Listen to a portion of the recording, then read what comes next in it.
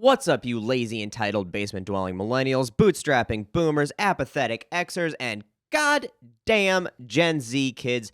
Today, we're talking about the only thing that's certain in life is death and, well, unless you're Jeff Bezos, taxes. Taxes. What are they good for? Turns out a lot. All right. Well, nobody likes taxes, and that's not entirely true. People in, the Scandinavian countries don't seem to really have a problem with us. But in America, nobody likes taxes. Taxes suck, you know? It's my money, and I want it now. That's right. It's weird in places where they get a lot of stuff for their taxes. They don't mind it so much. Yeah, it's crazy weird. concept. It's weird. But you know, we're in America, the only country that matters. So we're not gonna think Right. about them and how they feel about their taxes. We're gonna think about us and how much we hate them. It's true. But I feel like a lot of people don't really understand taxes. And it's a fair point because there's a lot of taxes, a lot of types of taxes. Yeah. And so I think it's worth just kind of going over some of them, kind of the big ones here. Obviously, we're all familiar with income taxes. That's the shit that they take out of your paycheck every paycheck. Right. If you want to learn more, there's a lot of videos out there about how you can maximize your income without getting taxed the most. Right. That do describe in which all the ways and all the really specific ways that you can get taxed or avoid taxes in the point of their videos. But yeah, we're not getting into that. But obviously, like, everybody knows what income tax is. Payroll tax is kind of the flip side of income tax. That's what your employer sort of pays. Isn't it mostly like Social Security and Medicare costs? Yeah, it's like 7 or 8% or something like that. And then you also get Social Security and Medicare costs taken out of your paycheck. Which I suppose could be seen as a tax. Obviously, that's one of the taxes you most directly get back eventually. So, right. I never understood the whole like you're not going to get any Social Security money. It's like, are people still going to be working when I'm retired? I don't understand. Like, it's just not going to be. It could not be as good as it is now, right? Like, certainly, and it's not very good now. You know, and it could be even less substantial.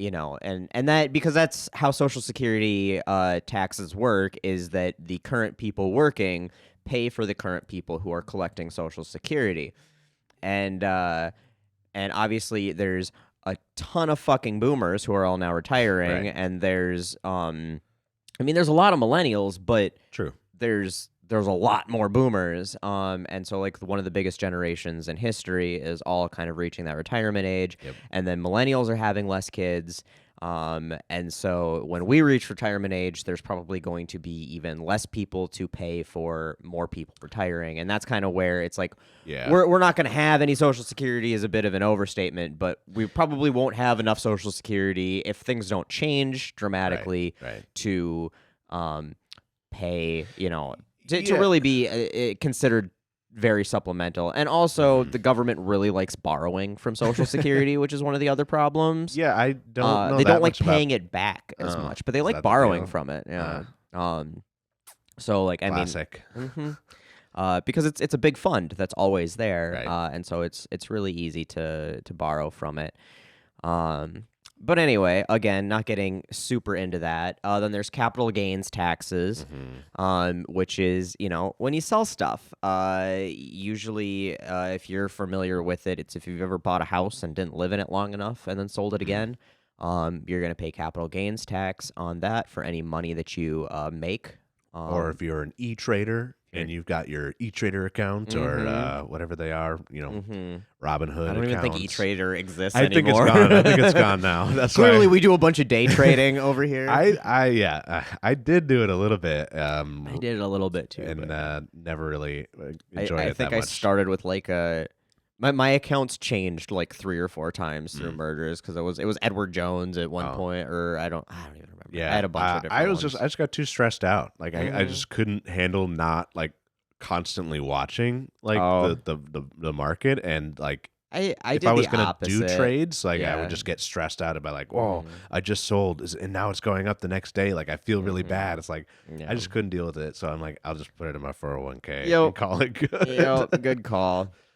But anyway, yeah. So capital gains, and then so like obviously, this one is one that rich people are generally more concerned about than us peasants Yeah, because they have more stocks and more capital to throw around and potentially gain and or lose, and they're not relying upon a direct income as much. yeah. So that's it. Then there's obviously sales tax. Sales tax is, I mean, what you pay when you buy stuff. We're all pretty familiar with that.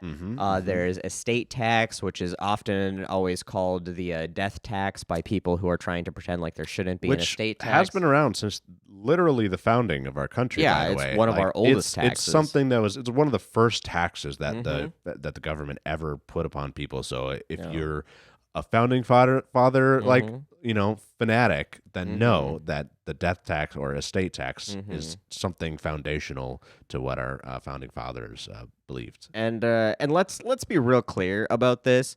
If you're listening to this, I highly doubt an estate tax will ever affect your life. Yeah, exactly. It only accounts, I don't remember what the specific number was, but it's in the millions of dollars that your estate has to be worth when you pass away. And what an estate tax is if you're inheriting X amount of value in an estate, you pay tax on that. But again, it's in the millions of dollars. It's maybe the top 5% that need to worry about that. If you're not a multimillionaire, call them your tits. You're going to be fine. Your kids aren't going to be paying a bunch of estate tax when you die. You're not going to have a death tax on you. Right. But that's what that is. It's just a tax on really large inheritances usually.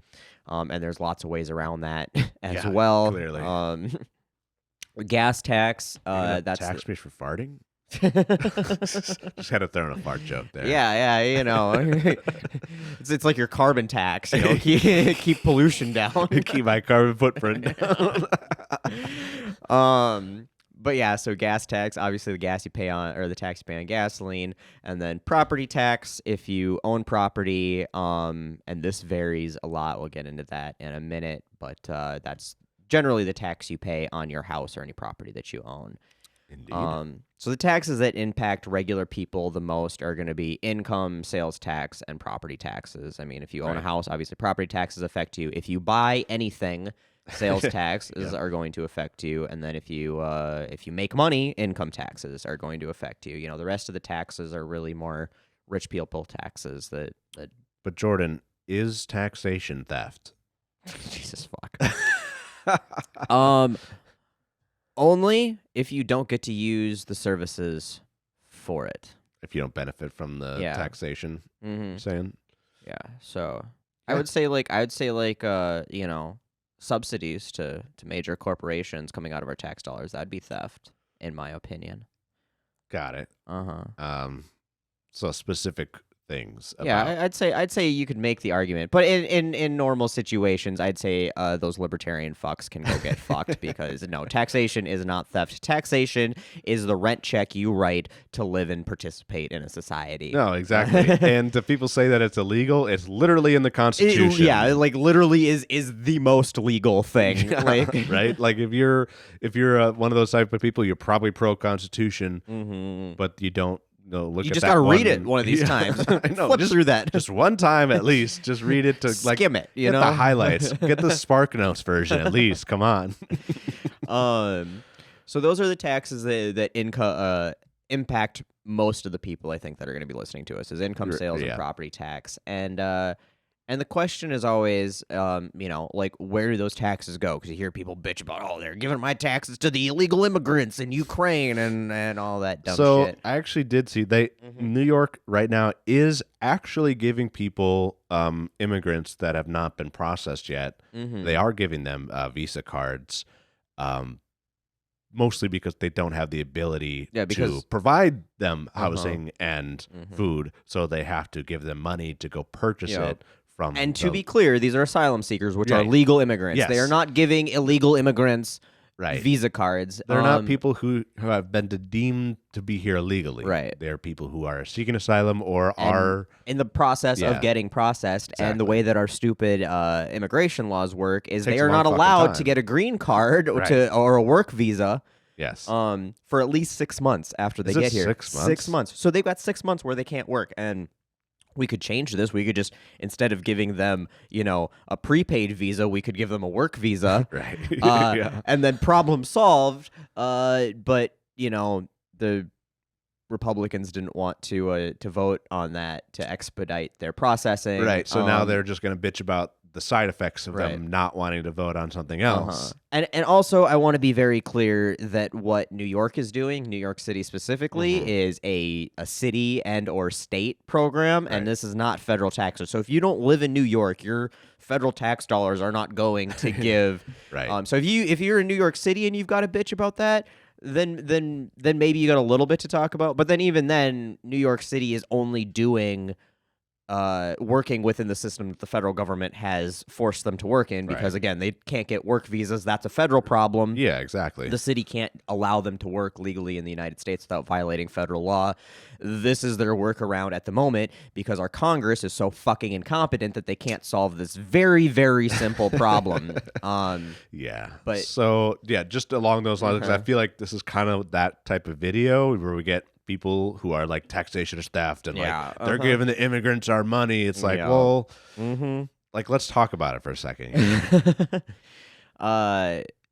And once again, those things eventually do end up helping society as a whole because if we weren't doing that, then they would be putting a burden on the rest of society in ways like emergency services would be going up because they'd be homeless or you think of like how much people have issues with homeless people being disruptive to regular business, regular business as we know it. This would be the same thing, just adding to that problem. So.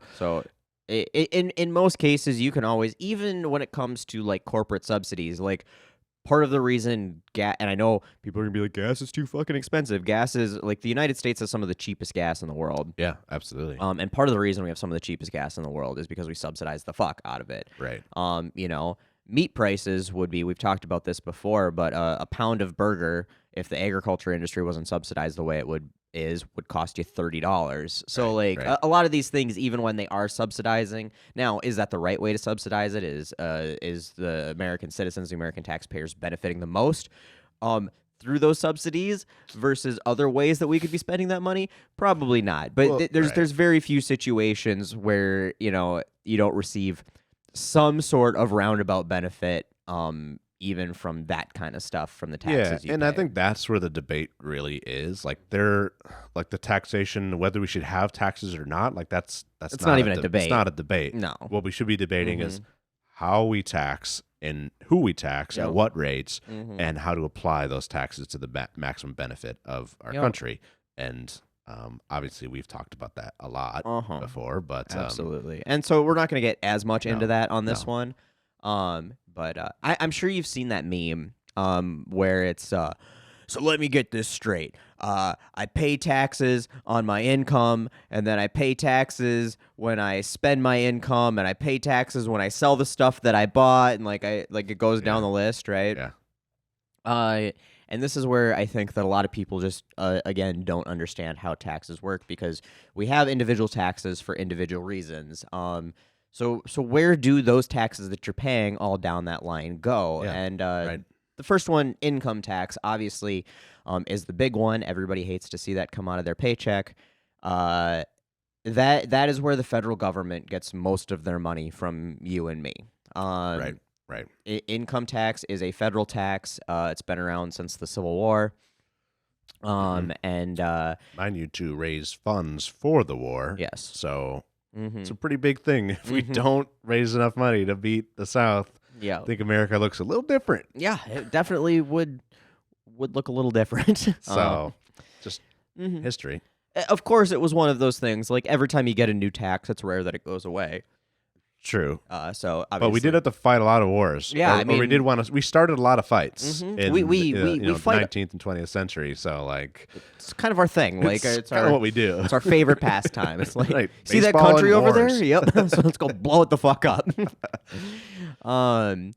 But then states can choose to charge or levy an income tax if they want. Most states do. Some states don't.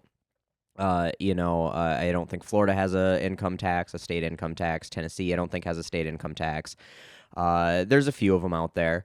Other states like Minnesota has a state income tax as well. And so that can go kind of both ways there, but everybody pays a federal income tax, and sometimes you pay a state income tax as well. I'm going to include capital gains and payroll tax kind of under income tax because obviously if you sell something and you make money off of it, that's an income, but it is taxed differently. Yeah. It's now taxed at a much lower rate. Yeah. And it's rich people's income, so they get preferential taxing on that. But I'm going to include those. Those also go to the federal government, can also be taxed at a state level as well. That's up to the states. For sure. Sales tax is states only. The Fed is not constitutionally allowed, I believe, to charge sales tax on anything. Yeah, it's not an income-based tax, so I think that income is generally where the Constitution gives the federal government power to tax. So purchasing things doesn't really involve that. So that's your state-only tax, and states can change this as much as they want. This is where states generally garner most of their revenue, and you'll notice in states that don't have a state income tax, they have a much higher sales tax. Right. That's when, if you're one of those lucky people that lives on like the border of like Tennessee and Virginia, right, you can work in Tennessee and then go over to Virginia to buy shit because their income tax is lower, or their sales tax is lower. But that really, well, I'll get into this later, but that really just ends up shifting the tax burden to poorer people. Yeah, which is America's want to do, as usual. Gas taxes, they go to federal and state. Again, states can change how much they tax gas, and this is why, part of the big reason that California has much higher gasoline prices than other states. But the federal tax, this is one of the interesting taxes that is a flat tax. It does not matter what the price of a gallon of gas is. The tax is the same. I think it's around 25 cents, I think, a gallon. Sure. That's that. And then again, your state, I think in Minnesota, we have, I want to say it's 8 cents a gallon. And I'm making that number up. I have no clue. Yeah. I mean, that sounds reasonable.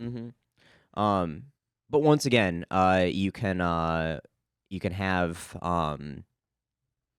states can decide how much they want to tax gas, but the federal tax everybody's going to pay no matter where you are, and that's a fixed tax, which is interesting because that it doesn't affect the price of gas aside from what specifically that tax is. So you're never taxed at a percentage wise. I've seen people, Biden's making gas prices high so they can collect more tax money, which is like the dumbest fucking thing ever because higher gas prices, which they aren't again that high, but higher gas prices would draw less revenue because you're going to sell less gas if gas costs more, and therefore the government people are not buying as many gallons of gas. And so when it's a fixed rate, it's not on a percentage of what you're paying. It's on a just literally the number of gallons sold. They're not making as much money.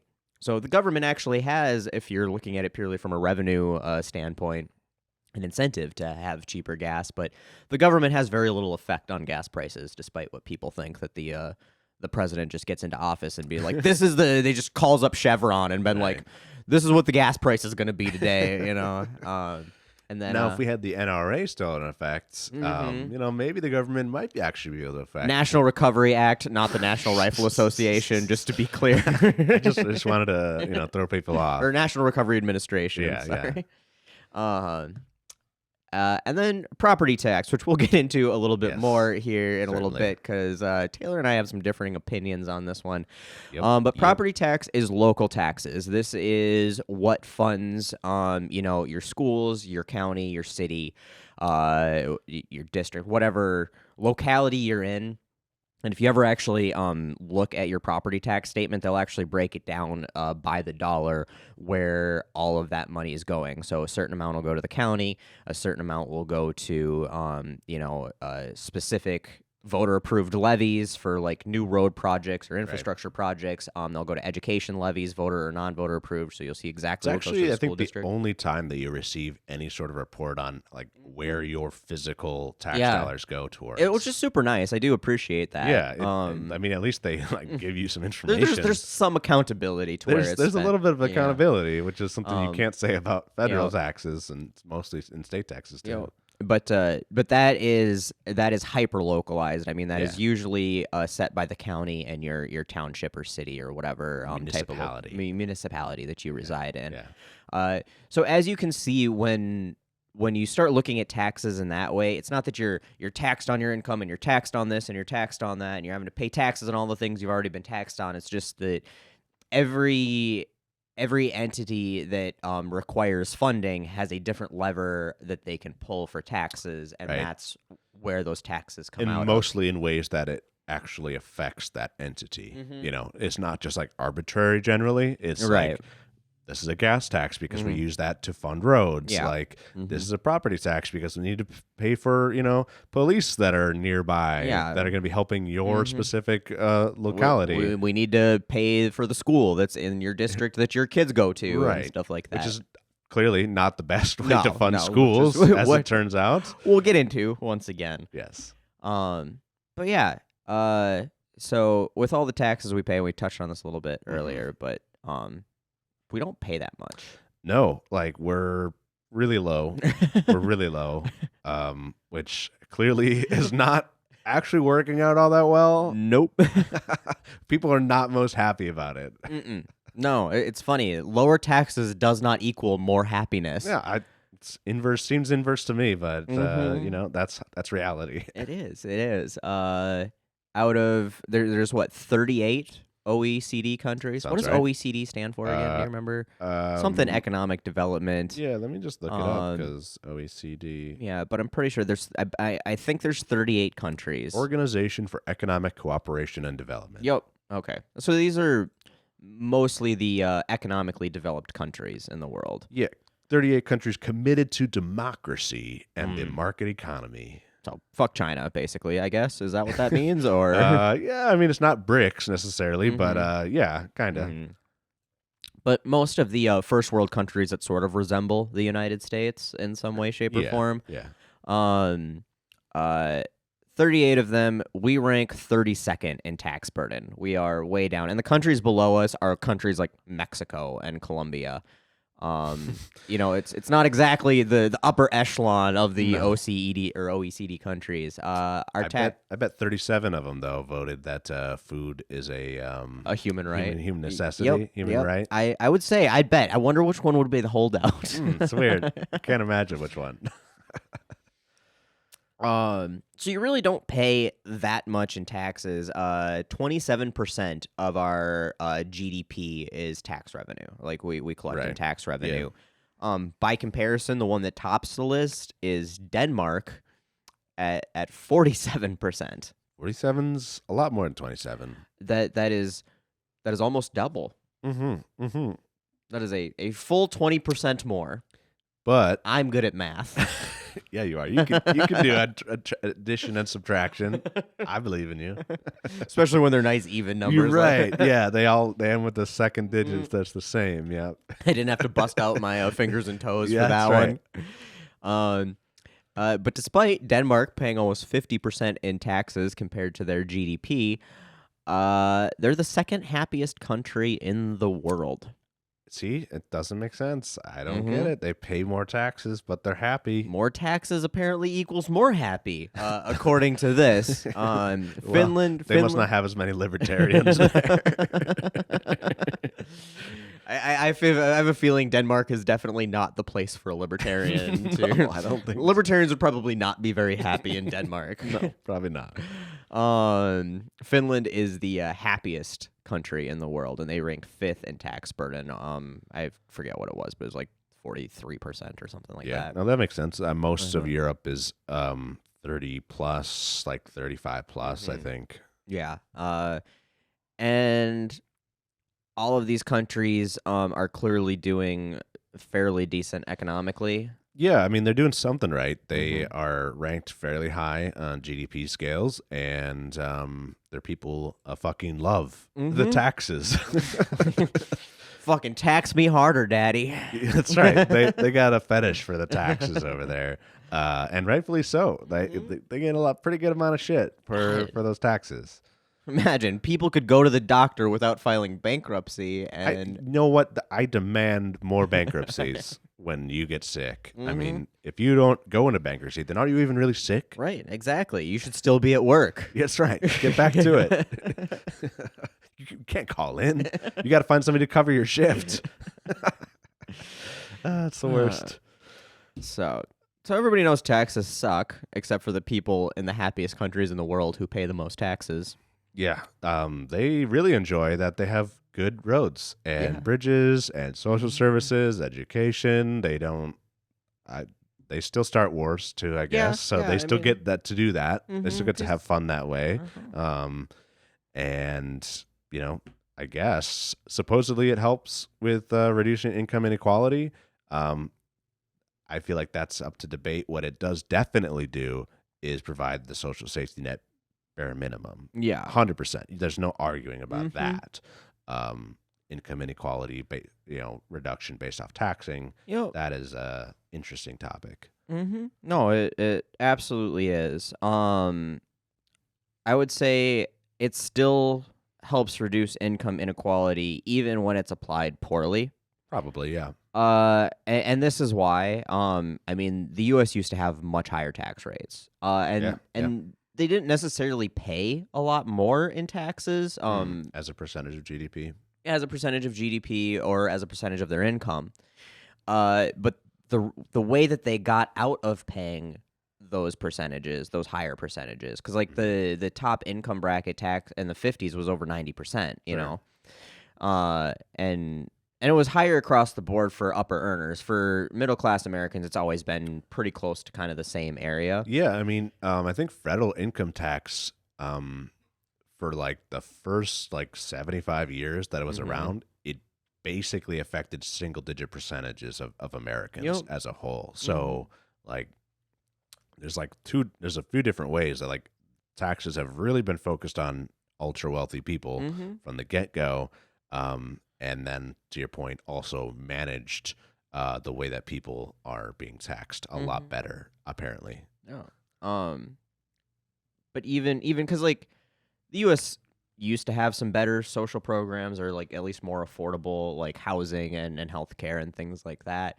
But I'd say we've always kind of lagged behind on social services, even when we had really high tax rates. Yeah, yeah, of Uh, course. and but it still helped income equality because if the rich people didn't want to pay 95% tax rates, they had to reinvest to get the write-offs to get their taxable income down to lower tax rates. And so Hmm. that's what they would do is they'd pay their employees more because that brought their taxable income down. They would reinvest, they would, spend money on research and development. They would spend money on facilities, updating things, which creates jobs, and just boost general economic performance. Where now they don't have to do nearly as much of that, so they hoard that wealth. They don't reinvest that. They Yeah. run their companies as lean as possible. They pay their employees as little as possible because now they can focus on quarterly shareholder returns.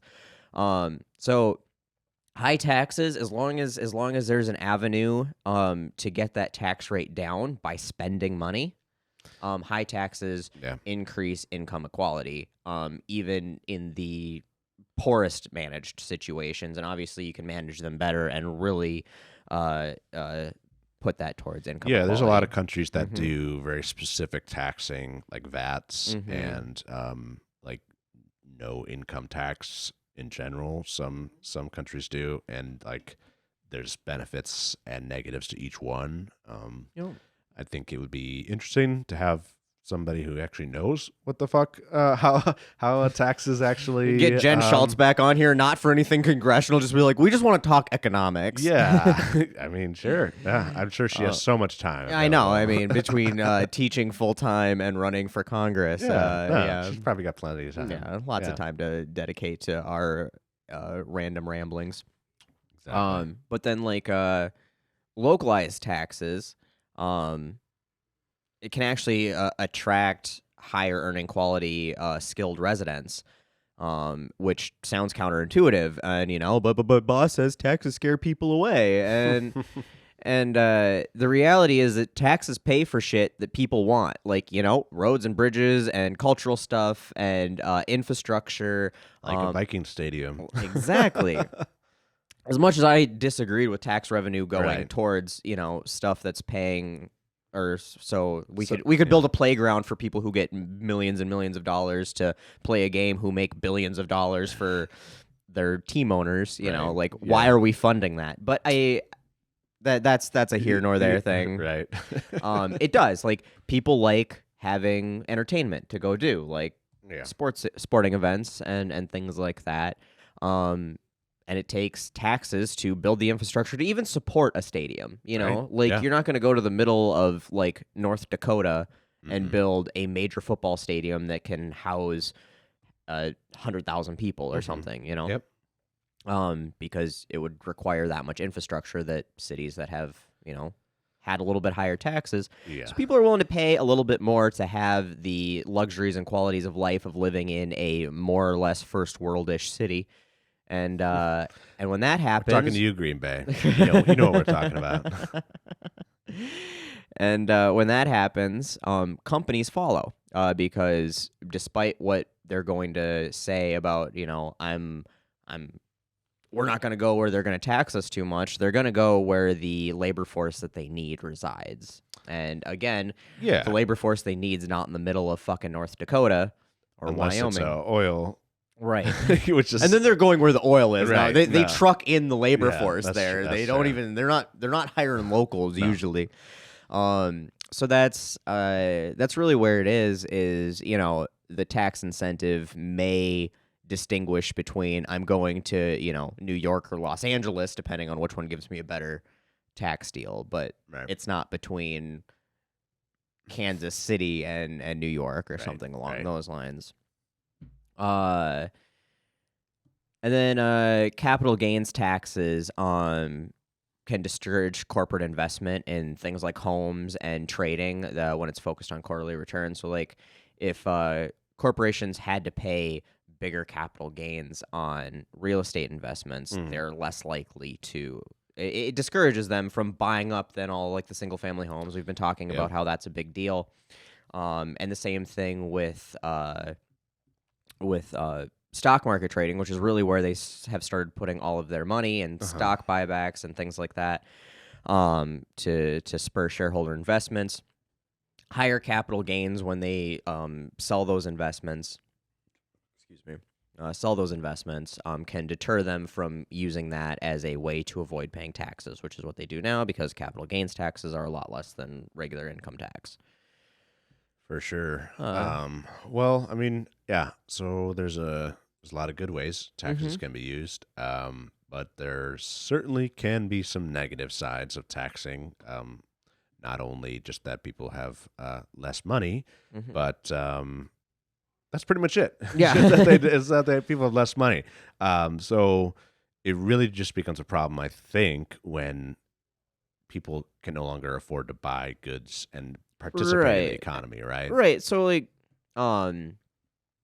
where the tax burden falls on society, so if the middle class is shouldering outsized portion of that tax burden, obviously, if you make $100,000 a year, 25%, if you're paying 25% in taxes, is a lot bigger consideration in how you budget versus somebody who's making $100 million a year, right? Like, I mean, so even if it's the same exact percentage, it affects the person making $100,000 a year. Yeah, $25,000 a year out of $100,000 a year income is a much bigger hit than $25 million out of a $100 million income. Right. So when that happens, higher tax burden on the middle class certainly stifles spending, stifles their ability to, consume things. And middle class people also have a lot less avenues to avoid paying taxes. Like if you just get a regular income, you're not going to get the write-offs that, wealthy people have usually, because wealthy people have accountants that can figure all that shit out for them. They also usually own businesses or LLCs, or they have ways to move their stock portfolios. They have plenty of ways to move their money around to avoid paying those taxes that the middle class people just don't have access to. So mostly because they don't have money. Like exactly. You need to have money in order to get the benefits of doing that stuff. And if you have to live off that money, then you don't get to do those things. Exactly. Which we're going to talk about here in a second. But one like really dumb idea that I hear all the time from Republicans is we should just do a national sales tax. Fucking fair tax. Yeah. Are you kidding me? That's the dumbest fucking thing in the world. I can't imagine how anybody's like, yeah, that seems totally fair. That's a good idea. I want to pay way more for all the shit that I gotta buy all the time, so rich people don't have to pay taxes. And usually when I have this argument with people, what's always the thing? Oh, rich people buy expensive stuff; they'll pay more in taxes. But it really comes down to percentage of income. Like, how much of the wealth that you have are you spending on stuff? Because even if you're a billionaire and you buy $1 million car, you're still spending a lot less of the wealth that you hold. And think of the wealth as a pool. The nation has X amount of wealth, right? And that's spread out over all of its residents, not evenly.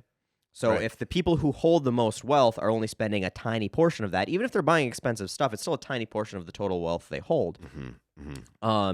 On sales tax stuff, then poor people who are spending 100+%, like if you're living at the poverty line, you're living paycheck to paycheck, you're spending every dime, and that means that you are being taxed at the full, like let's say it's a 20% sales tax. Yeah. You're being taxed the full 20% of all of your wealth, all of the income that you have, you're getting taxed the full 20% on. If you're in the middle class and you have a little bit of savings, you're probably getting taxed 15% of the entire wealth that you have coming, where these billionaires are going to be taxed a fraction of a percent. Right. And so it really just, it shifts the entire tax burden onto poor people, and there's not a single economic model that shows that this works, even on like just a fiscal, like if it didn't affect spending at all, which it would reduce spending immensely, right? Yeah. Like you're going to buy less because stuff's going to be more expensive. Right. You're not going to do the impulse buys as much if it costs 20% and more. Our economy relies upon consumerism to a degree that is staggering.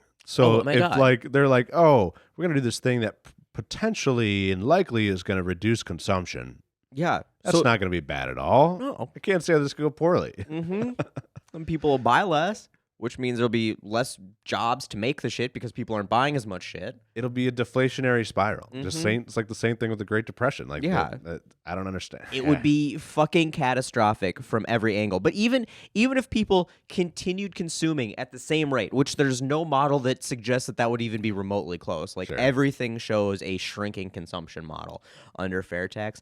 Even if they consumed at the same rate, it still wouldn't fund our government. Like it still wouldn't come close to putting in the same amount of money that we currently need to run our taxes. That's crazy. Like, how are you going to put something out there that's like, this is how we're going to fix taxes, but it's still not even going to come close to funding or replacing the current tax income that we're receiving now. Like, and we're in a deficit.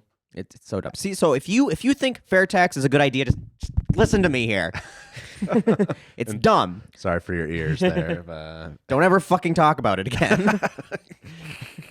Horrible idea. It's really bad. It's really bad. But yeah, so it's got flashbacks to like an abusive father or something like that. You don't know, I tapped on the microphone for effect, and I'm sorry if I got a little carried away there. But anyway, so yeah, I mean, shit's a little wonky right now. Yeah, tax system is flawed, no question. I'm not sitting here and saying that all taxes are good. No. Obviously, we talked about some of the ways that taxes can be bad, but our tax system is incredibly flawed, and I would not try to tell you otherwise. Obviously we've got loopholes. Right.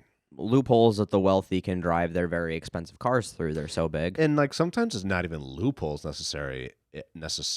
It's that like once you reach a certain level of wealth, like you literally can't make a direct income as much as you can make, increase your wealth through other means. So like, you just look at like Warren Buffett. Like he's fucking incredibly wealthy, but he doesn't get an income. No, like he creates wealth through other means. He's not W-2'd or 1099. Right. Like, yeah. Like he pays. He's gone on record so many times saying that he pays less taxes than his secretary does.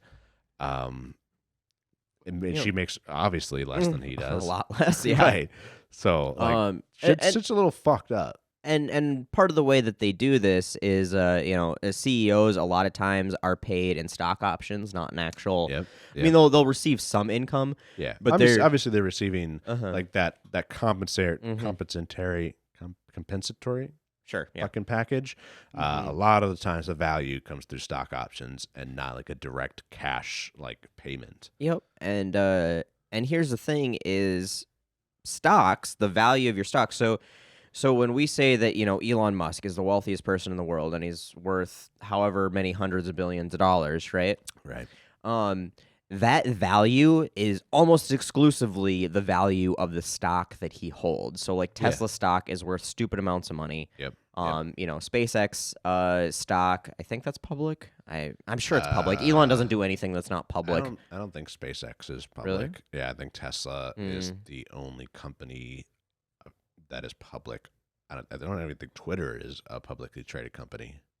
I think it is. Is I it? don't know. I really don't know. Anyway, it doesn't matter. He definitely, the majority of his wealth comes from Tesla stock. And the thing is that it's like, okay, here's the value of the stock. You can see that value. But they're not taxed on getting the stock for receiving it, so they don't pay a tax like you would an income tax. And they're not taxed for the value of that stock. So like where you're taxed on the value of your home, the government comes in and they say your home is worth $400,000. So we are going to tax you on your portion of the municipality or the county's budget, as in $400,000 percentage wise of what your home value is. Doesn't matter that you haven't sold it or bought it. It's just that's the unrealized gains, they call it, of your home value, and you're taxed on that. Well, stock options are all unrealized gains, right? Yeah. Or losses. I mean, sometimes the stock market, not usually, but sometimes it does lose money. They're not taxed on those unrealized gains. So that when Elon Musk's wealth goes up, it's because his stock value has gone up, but he's not being taxed on that wealth, on that value. Right. And this is, I actually, since we're talking about this now, this is part of my argument for property tax is to include owning stocks as part of your property. Okay. We'll get into that. And taxing the value of your stock portfolio to a single-digit percentage or even a 0.5%, whatever. Okay. We'll talk about that in a minute. I think we're gonna finish this episode out in a battle royale. Yeah, that sounds good. But the fact that they're not taxed on that, they're only taxed if they sell their stocks. But here's the thing: is they never have to sell their stocks, right. And it's like, well, how do they get money to live? If that's what if you have all this money but you can't use it unless you sell it, you think, great, they'll sell it, they'll pay their capital gains tax. Maybe it's not the most tax, but they'll pay something. But they don't have to do that because they just the get stocks, loans on their fucking stock portfolio. It's crazy. It's well, I mean, it makes sense. Like, I mean, there's a reason why like the more wealthy people generally have better credit scores and get better credit ratings is because people are like, oh, you're wealthy. Like, you're just getting credit because it's easier than just like dishing out the money right away. So we're going to give you preferential credit, which is like inverse to what people actually fucking need. Right. Like, poor people need low credit rate, low credit rates. Low interest rates. Right, Yeah. low interest rates. The most, and they get the highest rates almost exclusively. We live in a weird world. We do, and that's exactly it. Like, these wealthy people will go and be like, "Hey, I got billions of dollars in stock value." They'll go to the bank and be like, I'm gonna put my stock value up as collateral. Give me a loan for $100 million, my walking around money for the year. Right. And they'll be like, okay, cool. We'll give you $100 million loan at 2% interest. Meanwhile, their stock value is increasing at 6, 10, 15% interest. Right. Yeah. So they're actually getting paid to borrow money. Right. And then they live off of that, but that's not income. That's a debt, and they can write that interest off. So now not only are they not paying taxes on the money that they're making, they're writing off they're writing off the interest on the Right. So they can make an income like a couple $100,000, and they could use that interest payment as a write off to reduce the amount of tax burden that they get. So it's insane. So that is a huge way that the tax system is flawed, obviously. And then wealthy people, because you'll hear this all the time too, especially from libertarians, that rich people pay the most taxes in the country, and that's true in a dollar per dollar, like, right? Yeah. But as a percentage of their income, no. And that's the thing, is the highest tax burden when it comes to portion of wealth, national wealth, and income, definitely falls on the middle class almost exclusively. The poorer people tend not to pay much in taxes. Yeah, obviously, if you have no money, you can't pay a whole lot in taxes. Yeah. So it's the middle class, because again, they can't get out from underpaying those taxes. They don't have the options that the wealthy people do, and so again, it goes back to why a sales tax. It's the same concept of why a national sales tax would be bad. Because it's percentage. If we have X amount of wealth in the country, and you're taxing the highest portion of that on the people who have the least, or the middle-ish amount. Right. Well, the wealthy people, they might be paying $1 million in taxes versus, a middle-class person paying $10,000 in taxes. But when that wealthy person has $100 billion, and I'm just obviously making up numbers, but that's a very tiny portion of that, and a very tiny portion of total wealth in the U.S. Or drawing the money that funds our government and funds our society more so from the wealth that the middle class holds instead of from the wealth that the wealthy hold. It's crazy to me that we don't have a more progressive tax apparatus in this country, when all you have to do is be like, and think for a moment, is like, well, if you're poor, you're spending all your money, right? Yeah. Because you literally need to spend all of it just to survive. And then if you're middle class, you're like, oh, you're spending most of your money. But you could save a little bit. Not a lot, but a little bit. Yeah. And then if you're rich, you're spending a very small portion. So guess who has the most money to be taxed? Yeah. The rich people. Like, it's not that it's complicated, not that complicated. And we're not saying tax them out of existence. I mean, we should tax billionaires out of existence, billionaires out of existence. But they would still be very wealthy people who have hundreds of millions of dollars. Right. Golly, they live such a hard life. I know. They only get one yacht on the West Coast and then one yacht on the East Coast. How could they possibly live with that? It's true. I mean, that's the sacrifices. Right. I'm willing to have them make. I'm willing to make. That's right. I like how we both went for the Shrek reference there. Right? Farquaad. Lord Farquaad. So that's honestly the biggest issue, is that unrealized gains. So our unrealized gains as homeowners, our unrealized gains on our wealth is taxed as property tax. Yes. Wealthy people, their unrealized gains as stock value is not taxed. They still get property tax. They do. It's like you said, it's a small percentage of their income. It doesn't really affect them in any meaningful manner whatsoever. Exactly. And I don't even think fucking Elon Musk owns a house. That's good. That could be. I mean, he says a lot of shit, and I don't believe half of it, but I'm pretty sure he said he doesn't own a house, and he sleeps on people's couches and shit. Yeah, I did check. Twitter was publicly traded until Elon bought it. He had to stop that shit because it was losing so much value. No, well, he bought it. He's a private owner. Oh, I suppose. So he just hasn't launched it as an bought IPO. all the. He bought all the publicly owned stock. Makes sense. So although I don't understand how that would work, because if you. If I don't want to sell my stock, if I own stock in Twitter, and I don't want to sell, you by owning a stock on a public entity, if that entity gets sold to a private entity, then you just get a portion of the sale price. Oh, okay. Yeah. Well, obviously they have to vote. The corporation has to vote in some way. Probably the board, Jack Dorsey had majority, or just the board itself was pro the sale, which obviously they made a lot of fucking money off of it, and Elon is not making that money back.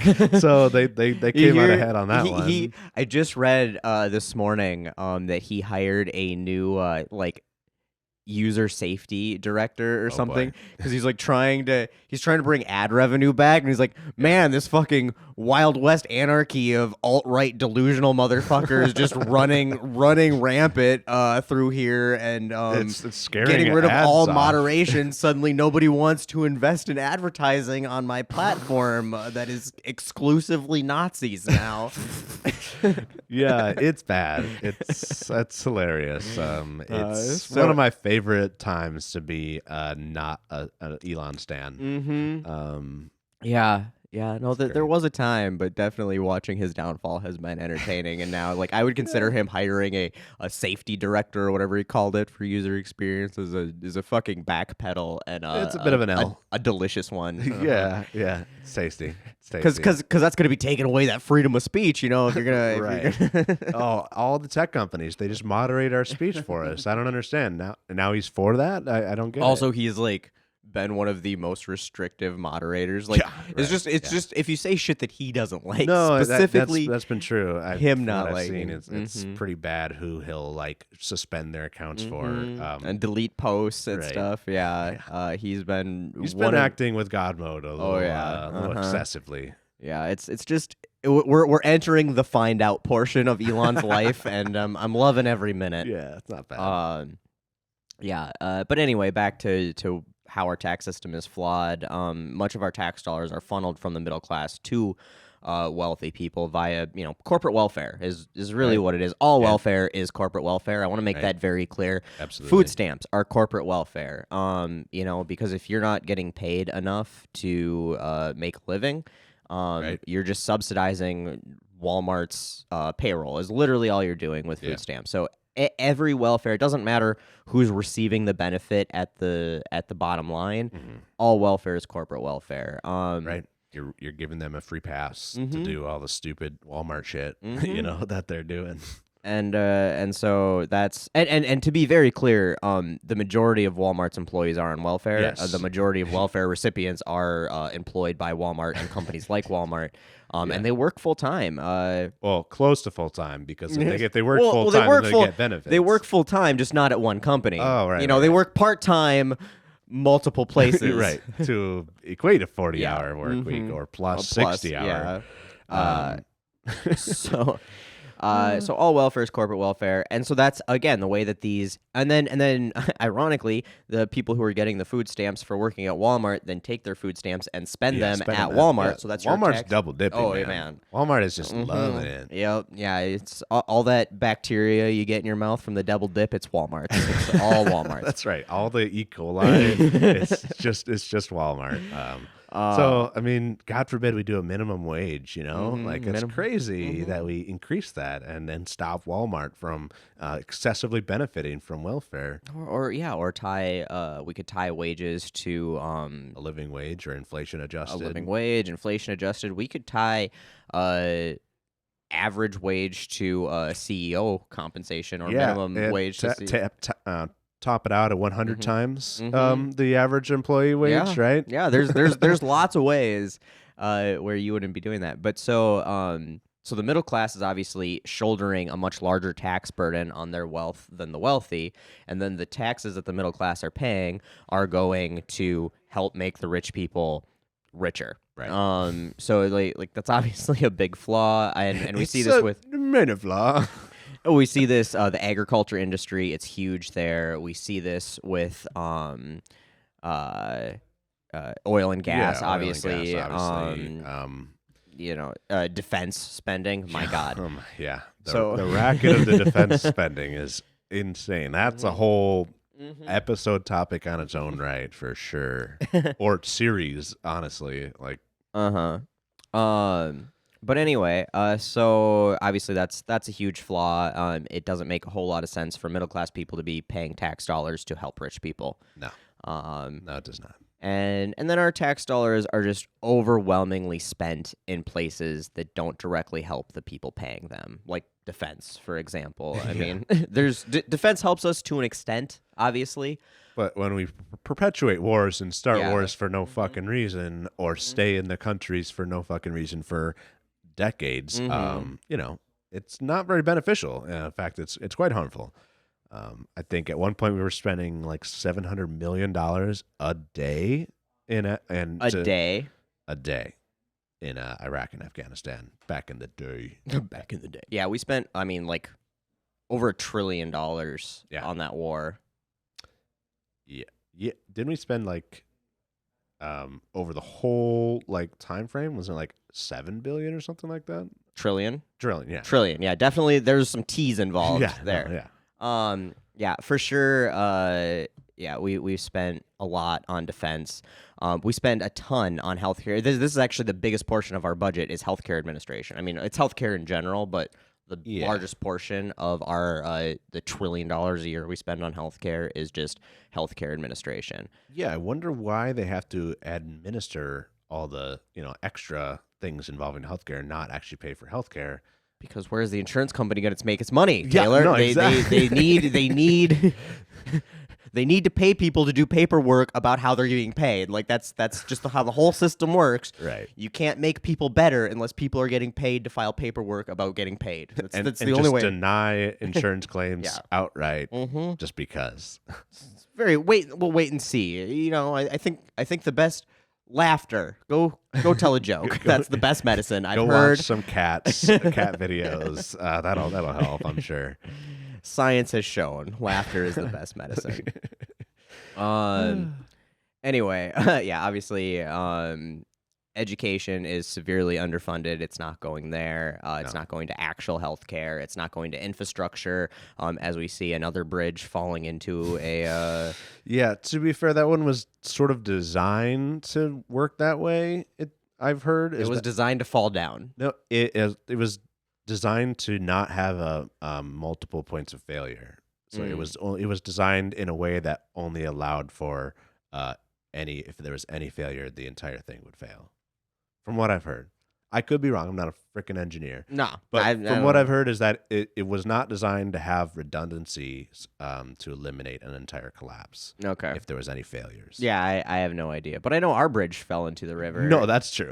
We've seen it in Minnesota. And during rush hour, by the way. Yeah, at least the most recent incident was at like 2 a.m, which thank God. Yeah. Absolutely. But yeah, obviously, infrastructure. We do not spend nearly enough on infrastructure, so the taxes aren't going to where they should be, and that's why a lot of people are pissed about paying them because we don't see the benefits of the money that goes out. Yeah. I mean, as long as we can write off, like you got in here, luxury items and freaking yachts and private jets as a write-off, like, I'm sorry. You can't write off a private jet as a business expense. No, you can fly commercial, motherfucker. You can fly commercial, or you can buy a private jet. You just can't say it's part of your business necessity. Yeah, no, I 100% agree. It's insane. Yeah, just look at Taylor Swift. I mean, my God, no, that's the thing. It's always risky criticizing the Swiftie, but as soon as I said that, my God, felt the backlash. But like honestly, I mean, it's a perfect example. She is a billionaire. Right. There's no such thing as an ethical billionaire. She flies everywhere on a private jet. She emits 100,000 times more carbon than any one of us. I didn't know it was that much more. Or 10,000. It's a lot more. 10,000 or 100,000. It's in the multiples of the thousands. Billionaire range. Yeah, exactly. And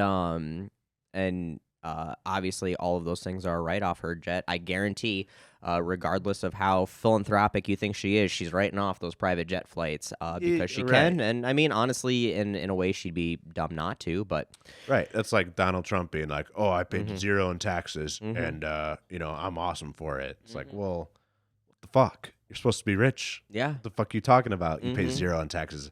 Everybody that's at that freaking rally paid more taxes than you. What the fuck? Yeah, and you're bragging about it, and they're just dumb enough to be like, yeah, he's smart for doing it. And it's like, you're just a fucking cuck. You are a cuck. That is the literal definition of a cuck. It's like, did you ever stop to think about why you can't do that for one moment? One moment at all. It's because you don't know all the big words. You don't have the biggest words. Right, you don't have the biggest most beautiful words of all the words. You can't pass the dementia test and identify an elephant and, remember words. Yeah.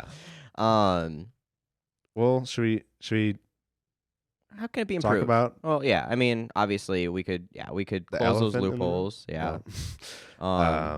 We could take. We could go back to pre-Reagan tax rates. Just, I mean, they worked back in the 50s and stuff. Right. Yeah. We could work to honestly lighten middle class tax burdens. I do think the middle class still pays too much, at least for what they're getting. The middle class could pay more if we had things like universal health care. Right. Yeah, of course. I mean, a huge portion of our income goes towards paying for healthcare currently. So it's having it taxed instead is not that big of a deal for most people. We could put caps on write-offs for luxury items. Obviously, maybe write off the Cessna, the prop plane, but you can't write off the Gulfstream. Or just have if you want to try to write it off, just have the limit of how much of that can be written off. Can't write off the Maybach. You can write off the value of a Chevy Impala, and then you can still buy the Maybach, but you got to pay the taxes on the rest of it, type of thing. Right. Yachts can be classified as second homes. We could maybe we could not have that be a thing, or just tax a second home, right? Because you're not paying property tax on a yacht either or anything. So which is. I mean, that's only because there's no roads in the ocean. Yeah. Not sitting on a specific piece of property. Right. We could impose offshoring tax penalties. So, when they move to tax havens, it's like, all right, well, we're going to tax you, impose a tax penalty for doing that. Sure. Rather than just remaining here and make that, where it wasn't an incentive to move to the Cayman Islands, where clearly they're not doing their business in the Cayman Islands. But or I think Ireland's a huge one. We could, on a local level, remove sales tax on items people need to live. Minnesota does this, food and clothes. We could give middle-class people more options to write off. We used to be able to write off consumer credit interest rates, Sure. And they got rid of that. That's actually one of the things that kind of led to the housing crash, was they allowed mortgage interest rates to continue to be written off, but not consumer credits, like personal loans and things. So people would then refinance on their houses. Yeah.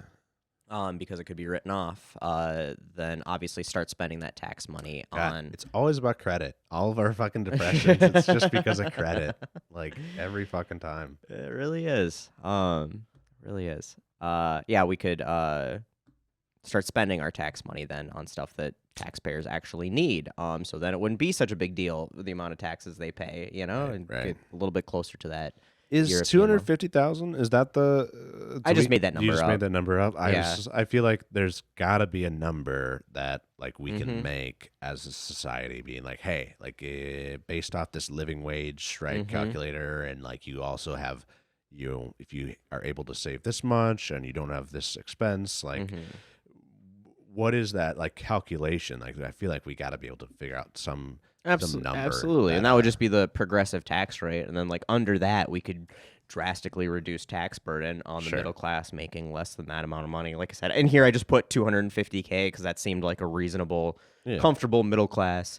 Yeah, I know a lot of the student loan forgiveness stuff is $150K per person.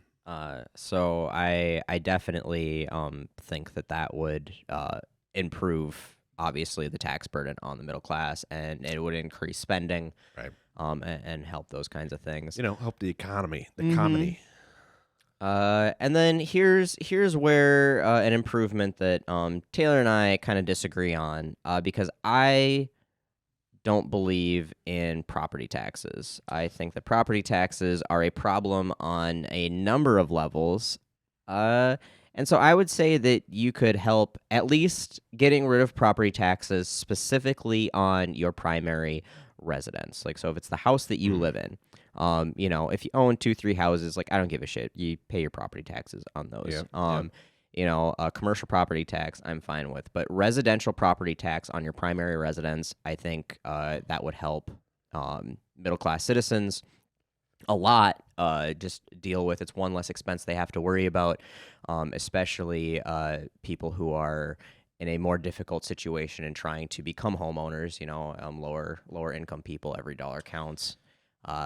So I think getting rid of property taxes on your primary residence, at least under, and especially under a certain value dollar amount, would be huge.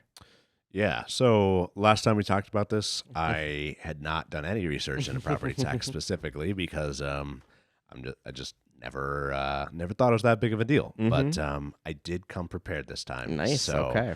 A couple things. So from what I could tell is there is an issue with the current way the property taxes are assessed, or your property is assessed. In that a lot of times lower property values are being overassessed, and then increases the tax burden on people that own those cheaper houses, which is obviously bad. And so for your concern about people on a fixed income, I understand what you're saying. And they are being overtaxed in a lot of ways and at a lot of times. And at the same time, people with homes generally over $500,000 ish, they're being underassessed, and so they're actually paying less of a tax than they should be, which follows the trend. I mean, that's how all the taxes are, so that makes sense. So, like in that sense, I agree that property taxes are flawed. I think I cannot understand why we don't have any just an algorithm and then some sort of human oversight to react to that algorithm, but how an algorithm can't more accurately determine a property's value, at least on the outside. And then if there's a question, send a person in and be like, oh, on a grade 1 to 5, how modern or how updated is this? And then that affects that algorithm, right? Like something simple that doesn't allow the good old boys to get together and say, hey, Jim, can you assess my property a little bit less? Or there's also a way to basically refute your property assessment value, which essentially today goes nowhere. Yeah, it goes absolutely nowhere. Arduous, complicated, and it almost never works in your favor. A lot of times it actually ends up making it worse. So this was something that I'm dealing with, and this is a very frustrated issue that I have at the moment, because we bought a new house last November, basically. So November of 2022. So right at the beginning of 2023. And so we've lived there a little over a year. And so we bought this house on a specific tax value. It was $1,100 a year was basically the tax burden. And now I get more tax credit than most people because we get Minnesota Homestead, which is it reduces the tax burden on your primary residence, and you get a bigger reduction the lower the value of your house. So it's something that's designed to try to help poorer people more, and I applaud that Minnesota has that. Right. No, it's pretty forward thinking for sure. But then also the fact that I have 40 acres and we rent the land out, so it's tilled. And in Minnesota, if you have, or at least it's Minnesota, it's a agriculture credit. You have more than 10 acres tillable, and it's actually in agriculture, you get a tax benefit for that. And with that pretty much cuts my property tax in half, taxable value in half, which is nice. But we bought a house pretty close to about the most that we could get financed for, because it's 2020 something, and everything's fucking expensive. And the property taxes and the insurance costs were a factor in us actually getting that financing. It makes a big difference. And so we bought it. It was $1,100, and then they're like, "Oh, well, we saw all these pictures on Zillow now, and it looks like there was some updates. We're doubling, your property value, and you can, we're just going off the pictures, but you can ask for an assessor to come in." I'm like, "Great." So I'm gonna let an assessor come in and then look at everything else in the house. Yeah. And so it's one of those things where you actually have to weigh your options to even do that, because they could come in and upvalue your house, and you could actually spend, if you contest it, end up paying more taxes. So they Our taxes went up by 120% this year. They went from $1,100 to $2,350. That is insane. And that's insane. a $200 a month payment just in taxes. Right. That's not insignificant. No, it's definitely not. That changes the math on what you can afford. $200 is it's a lot of groceries. That's for two people. So that leads to my second thing that I kind of came up with was that property tax in its own right is not necessarily bad. And from what I could tell, I literally Googled, is property tax ethical? And I couldn't find an ethical discussion about it. Really? It was mostly people just saying like, oh, it's wrong and it hurts poor people. And it's like, yeah, those are, some of that stuff is fine and accurate, but like, it's not there's no different in ethicality with property tax than there is on the fact that there's any other I disagree tax. there. I really, okay. So like, here's the thing is every tax you pay is paid specifically on money you have coming in or going out, right? So like if you buy something and you pay sales tax on it, you pay that one time. You pay it when you bought it, right? On the value of what that is. Sure. And when you sell something, you pay, your capital gains tax on the value of what you sell it for. Income tax, you pay on the amount of money you're making.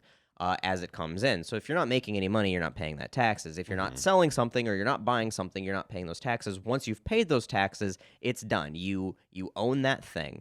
So now this is essentially, you pay sales tax when you buy a house. You pay capital gains when you sell a house if it's not your primary residence and whatnot. Sure. Or if you sell it for exponentially more than whatever.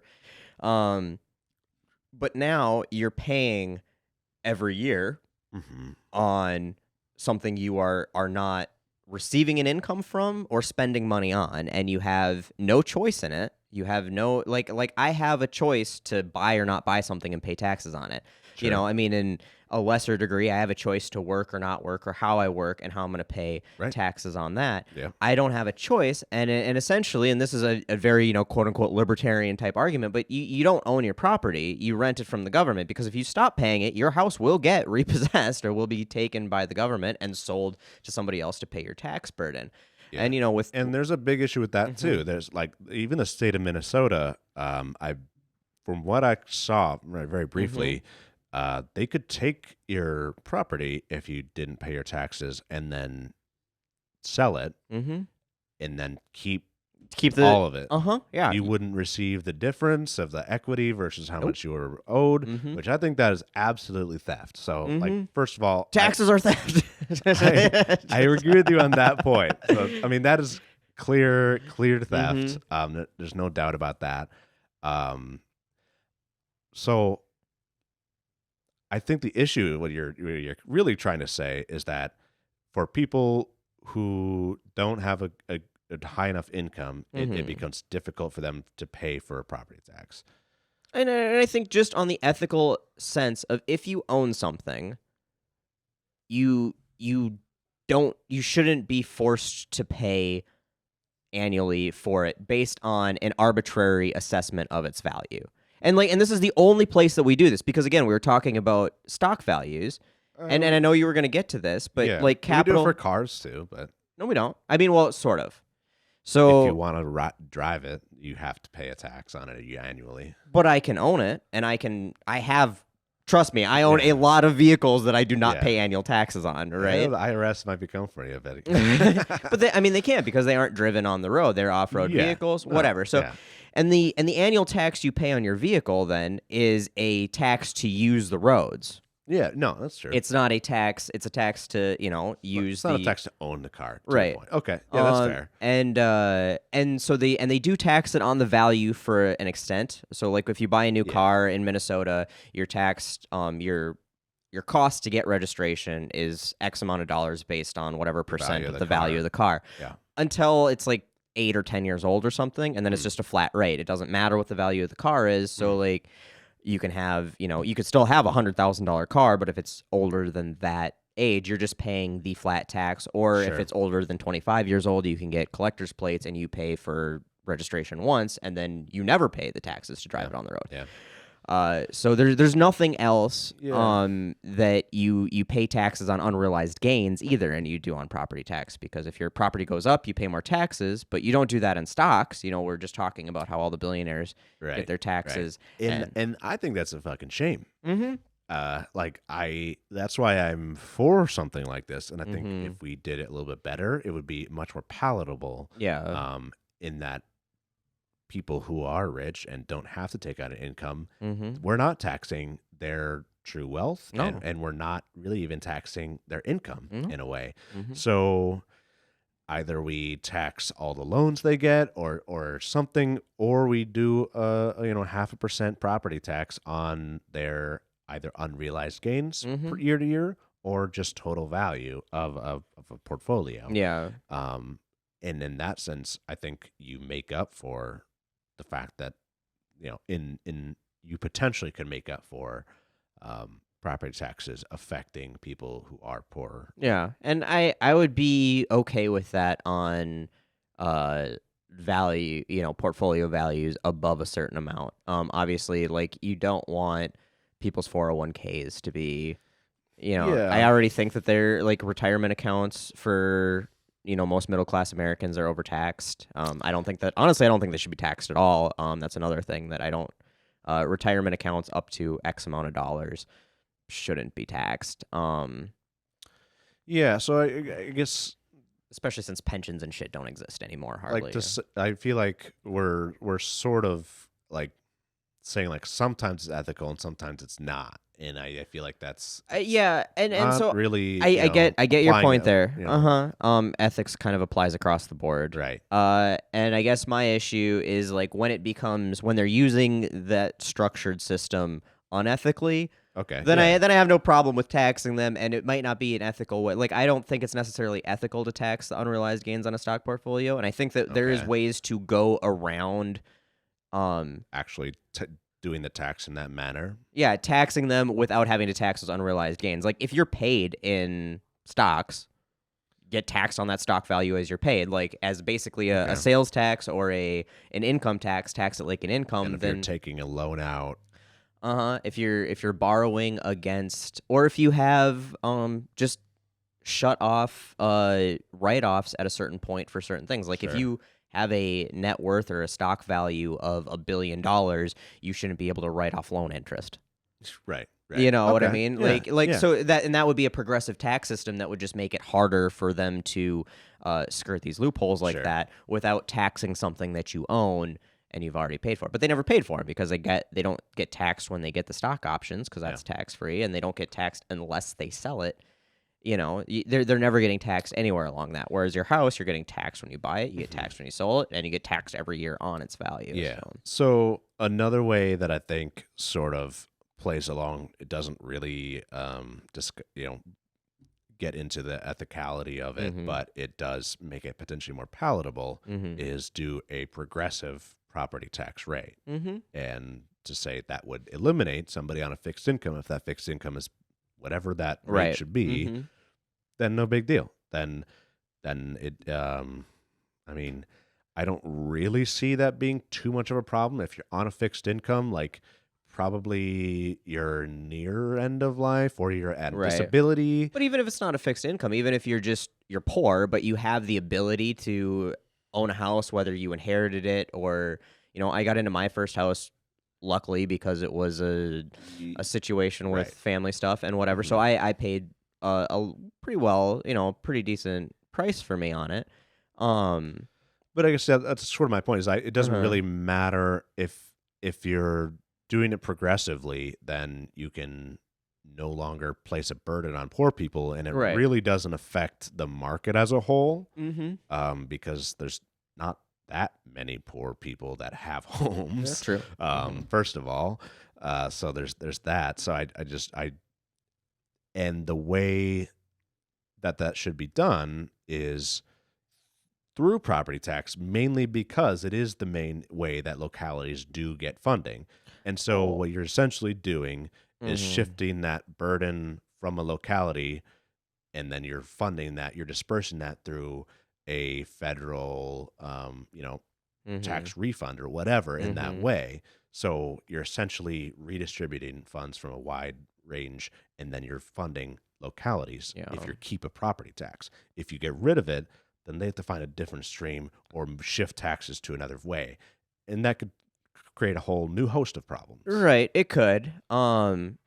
Some of the problems, though, with funding localities through property tax, I mean, that's flawed in its own sense because it is, except in rural areas. I don't think it's as flawed as it is like when you consider like urban like school funding. Like obviously that's like the disparities are drastic. Well, I mean, it's huge. Schools are mostly funded through property taxes, and obviously, so poor people have poor like property values are lower. They get less tax revenue. The schools are less funded, but that's the same for rural areas. I mean, rural areas tend to have less revenue, less income. I mean, most rural people are poor or poorer, by comparison to city centers. And so their schools are often underfunded. And again, rural areas have more, they require more money per mile or per capita to upkeep infrastructure. Sure. Because obviously, if you've got 100 people living on a mile of road versus 3 people living on a mile of road, you're spreading out the maintenance for that road over a lot larger group of people.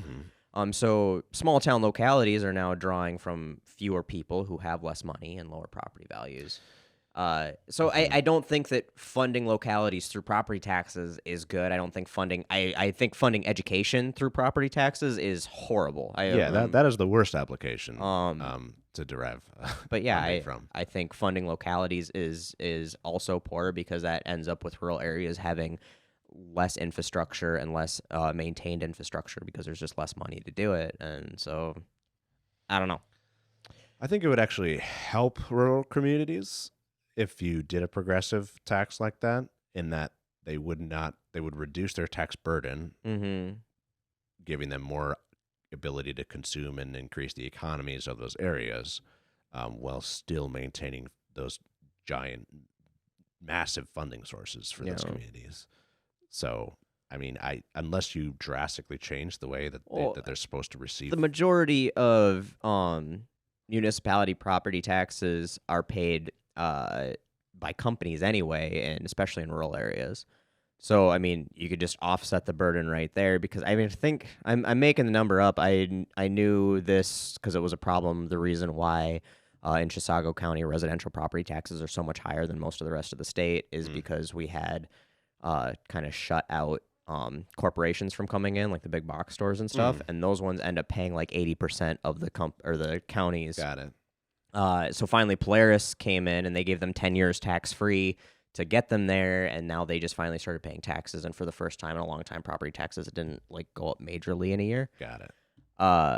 But you could shift that. I'm fine with that. They are making an income off the property being in that location and something like that. I think that is a tad bit more ethical in the sense of if it's a commercial property being used as a commercial property, being annually taxed for it to be doing business there.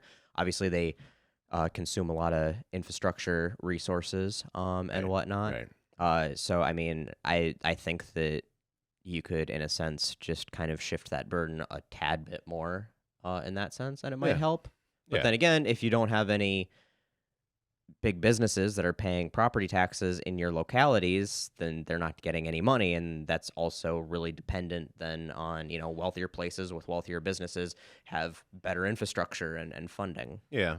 Well, I guess, and I think we basically ran through pretty much most of the discussion, but I'm just unsure how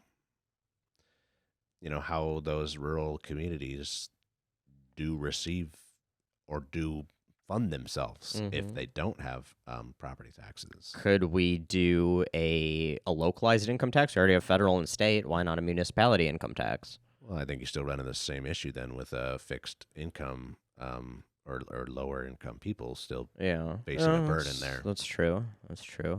I don't know. Maybe it should just be funded at the state level, and localities shouldn't have to rely so much on the locality to.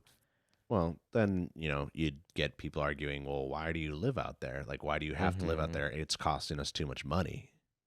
That is fair too. Yeah, I guess I don't I didn't come prepared with a specific answer to that question. Right. Something I got to think about a little Oh, more. I mean, you're not a tax expert or a No. economist, so like I don't Uh-huh. really expect you to like have all the answers, Mm-hmm. and I don't have all the answers Yeah. myself. So,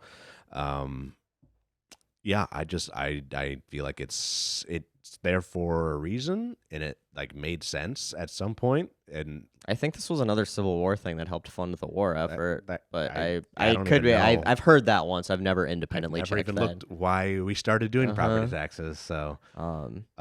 but I think there are ways to keep it and keep Mm-hmm. this current system the way it's generally working, and just basically kind of redistribute from wealthy people to poorer people a little bit easier, and still maintain and help poorer Mm-hmm. people and fixed income type people. I think we need to have a tax expert or economist come on and Oh, yeah. like help us settle this because I'm. We got a lot of questions. We do. We have a lot of questions, and I still don't think we quite agree on it. But No, but we're close. yeah, we're close. All right. Well, this one ran over again as usual. Yep. But we appreciate you guys if you stuck it out this long for hanging out. Yeah.